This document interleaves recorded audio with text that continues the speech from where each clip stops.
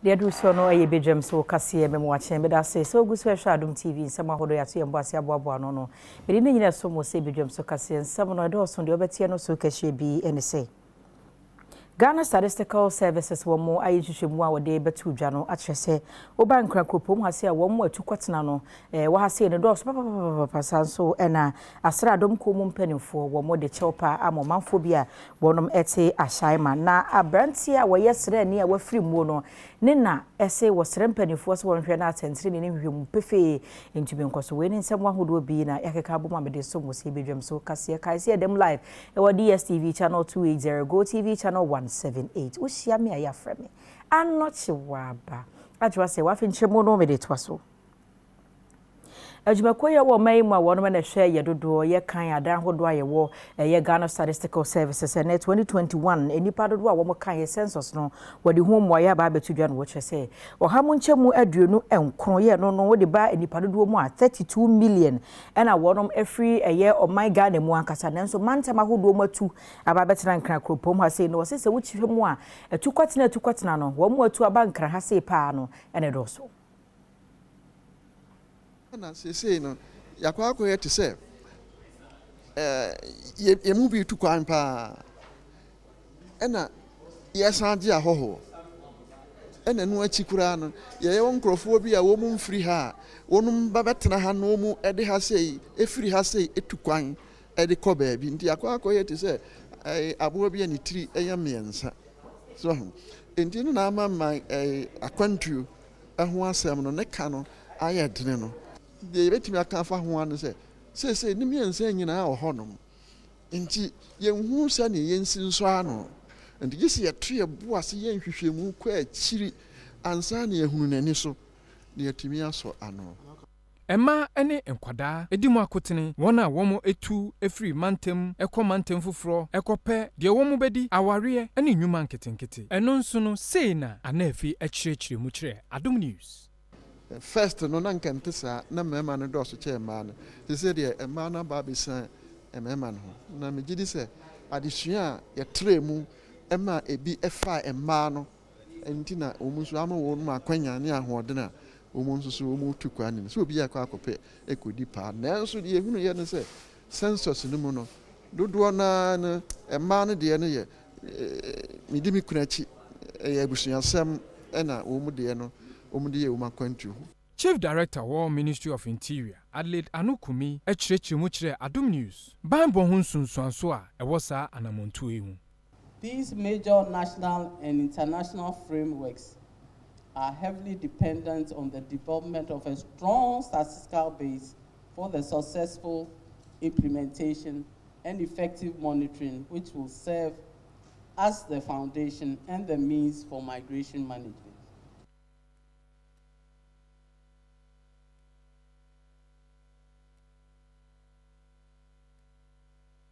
Wonom akache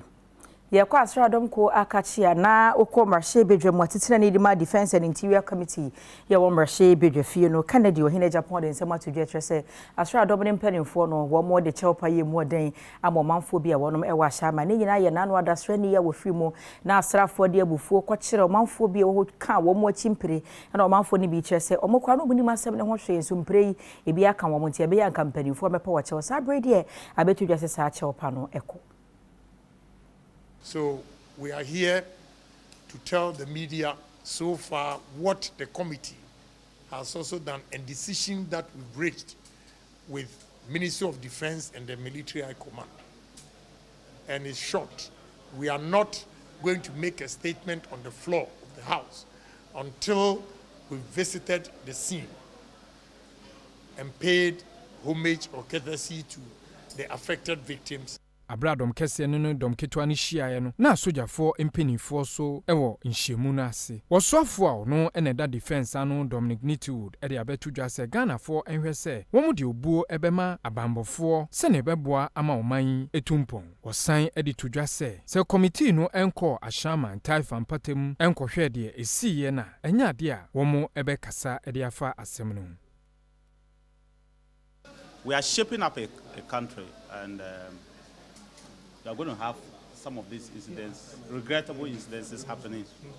there. But I will still appeal to the people of Ghana to be very respectful of people in uniform. It will help all of us. But we cannot say, I will not say anything until the committee itself and us have gone on Thursday to the place and visited the place to ascertain for ourselves. One of the reasons why we are not going immediately is that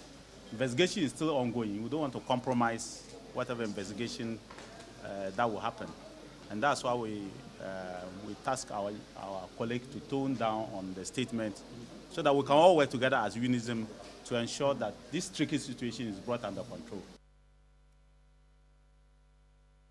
That was Rani ya nipa bonfo BJ ne nkwa free ne nsem ewoye taifa na ne maame Elizabeth Efuachira na ne maame de nsem watudwa wode adesrede to Ghana ba no nim se wasrada ne ba no akaba ko wachi no so ya ba ma asa ya nka de se wafiri mu no na ehwe na nkaja wahwe kira hwe no wakopem so no so benyini sa akwada no aka to stress aban enso na sene no wonhwe na fe kura no nipa bonfo a wo mu adi na mimu se ya te ne nso no so amona mono no wonye o masem ne mu hwehwe mu na se nipa de mra ne so ne pa chi a ene ne nipa pepe. Mwana mihia so Badwam na make Sheriff nua ketoa no na nkrofo kono so a omo yesa no so omo nsabe kan omo mama enhwe Sheriff nua ketoa no cause na Sheriff na pesa ohwe no na isa mama Sheriff anhwe no timemwa na mihia se obehwe ketoa na mama ye be chiwom makoma beto miyem Osojani ya oto anananum ewon siedo enso ebusua editudwa niema womo edekai Sheriff Imoro. Emu ni biemu ni ye. De me de be ka ni se mi sori no pa Sheriff wedidi ana. Waka chem se na me ha Sheriff mpe gasta mi na ya me ha no. Nti se mi ni se mi ka de me ka ni se ala. Ofa ni nkwasunjue mu. Enu ape na ehia me ni bibia ka. If say ye pepe for the nipa wu a ye nim baby e be kono mpa ye na ye de beta na ti ye ni bibia ka mpa ye na ye wa ye de beta Sheriff na ti ha me de otumi she uniform kran ma so man so nko top ye water mbrem eno a ebia obi oni mi bia eno a na meka de bia wo she uniform kran na so twitwi chance mu na ye de ha no eno a de amede be kai na anu ame fa ni kran sie Yegusiwa jina nsem kronwa emu na onse efri brass ha brantie ne wuye ne ne wachi na asrafo ekopie mu ahya ma chechire nkrofo bi bro wo mo di bi kokogu mu a wosusu se wo betumi aboa ma hwehwe mu atumi akoso na sa nkrofo yi a asrafo chechire wo mo no se wo makoye mema na wo mo abusua no won yere mo ere nsem ahodo atudwe kire se wo mu kro no ekra se wo pia bonten no wa ma wo mo chop money se bi wo mo kwa kodi na watwi miru aba enti ama didie ene adwuma kokora no aye de enti ebe ya nkampanimfo anyi wo mo mrafi no me yo mo dade adwuma se be ya wabusua no wo ma waja wachire nsoso no wo ho ebe han won.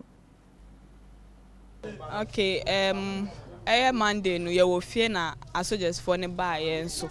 enti on ba ye no omo si ye mpie be wan mpie na se omo bomodin ebudo no anase omo ye na ehu se na wo pia omo do beko ben ma ne de omo anfa omo age se mema no na efie ha mema so omo fa ye no 2 pe na aba nka ye wo ho me uncle wo ho na other tenants no so ebi wo ho enti yes say omo de omo beba cause yes e bo omo nso and is getting out of hand enti yes say aban ni omo be kasana omo de omo aba na enti say awanka mai die na na ohia fi wanka o mai ama ho achewa na ho akwanyin a obehia say obeba ono ma miska and me uncle no ono ma miska se me ko ejuma ono so since the adini see me ko ejuma ye me wo fie na ne maame nso ti ye no osu san enti ye stress aban ni ombe kasana omode omaba maye because edi ehu abehye ebusuafo ni ye mu sesi ayemfa omba ye na ye nti omonka nso wo ho ye enti enim de wi a ekọ wo ho be omomaba no se ye bu omopan wo ho enti ye stress abani ni ombe kasana omode omaba Yanko my Ghana Marche Bidjam, free bra Ghana Mampany, or my Ghana, Yatibia, Bobre, some two Jano, near Marche Bidjano, and then I watch him University on my wash and someone Mampany kind of want to the Shani Abasa. Now, what de a home come on now, come Marche Bidjam, a futu Marche Bidjani, Alexander, Afenyo Markins, and Afenable Gatanga Central Marche Bidjani, Isaac Adongo, Afenuni Nano, and Pennyfu Dianimoni, woman in Archer, one more one, someone would have Mampany Kaya, and rather one more Edison Marche Bidjam, one was said, would to 2 months and Yabasa. Ghana is not an island. Yet, the very people who had an opportunity for 8 years to transform lives and could not are the same people who are criticizing. And they are the same people who today are claiming that they have a magic wand. Are they challenging? Are they challenging? That in spite of the crisis we find ourselves, of which the government of the Nadu has made every effort to keep our lives on. In spite of all the challenges we face, the government has made effort to sustain the free SHS program. What is their alternative? Wadi nsɛm no atu dwa wie no mrahwebadwafo a wɔn ɛwɔ ketwa no ano a de odi wɔn anim ɛyɛ Isaac Adongo anye nsɛm no antum wɔde to dwa sɛ yɛpɛ aban a wɔde sika ɛhyɛ nneɛma mu a yɛnya so mfasoɔ na ɔgye bi so fie aman ahodoɔ hɔ a na yɛ MPP aban. The fact that you want to provide aid for your citizens doesn't mean that you should break the bank to do it. You must do it and have to go according to your size. It is not possible to keep spending and now arrive to the celebrate that after me I have declared that I'm a man, so I can't pay it. If you give me money, you are wrong. But I am able to succeed in telling you that you spend the 3 billion of your money and have a celebration. But we are so proud that the current Chief Justice were all on the street complaining about their pensions. That for the first time they sat in the gallery begging us to look up to them and salvage them from the wickedness of the government. With the Speaker, recklessness in managing our fiscal and in managing our public debt is an understatement.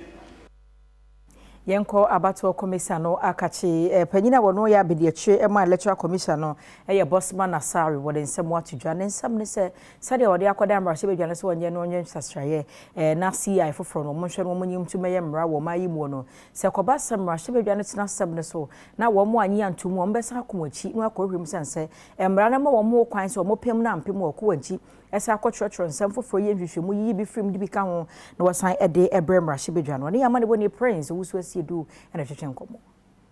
We have Constitution 1992 Constitution Article 11(7). Can you pay fair kwanya ye fasoa udi CI ko parliament impasse. The a children say udu CI ne kose okwa kolea ubele na parliament ni here to test. And I say parliament ni yenim so omo 275. Em say ba ko na court say onka ho ntino. To we ma 274. To test no we mo be to test no be tumi a bia e bia be 140 ase one be bia se 120 no be 120 be bia be 150 kura se 160 180 be 180 tunya sa 180 no no mo ka se o munyi ntumu dia electoral commission be sa ba ye nchen e ba ye nchen a no anse ya san hwe oh parliament se o munyi ntum na o mu resume de ma se o munyi ntum ti no then we go back to the drawing board ni ahwe e se unse Dr. Kweku can be say Article 45 na I listed niema e wo se ye and 51 na se niema we a pese oye o be ya sa constitutional instrument ana enhyehyeye no ebra na emo na tumi ya sa niema no tie be ko drawing board ni asa hweze na parliament ka omo reason omo di ma ye nie ya ne parties ni stakeholders a ye hia ya ye CI ni ho ye be hia se ene parliament aka se dia sen ye be ya ye nso ye betumi akoso aye adwuma sane ye o se ye Enwachi, open order electoral services no ano, and so Kadika ho say, and no creda, se constitutional instrument with me to swaba nebe yejuma, and Penimagana addition be into me and to aba. But with the new see and the young fat a debiancy, 10 beer na 1 young fear do what you know. Now you're getting in Quandia, call Nympho Dincome, and any see I know. And HS and I'm say a year daily basis impact to me call. It is a daily basis, dear, and the infancy region district office. Now you tell me how so because look at how the police station now. There were almost 40,000 police stations. ye was the guy but Max Yembie police station to us the whole year.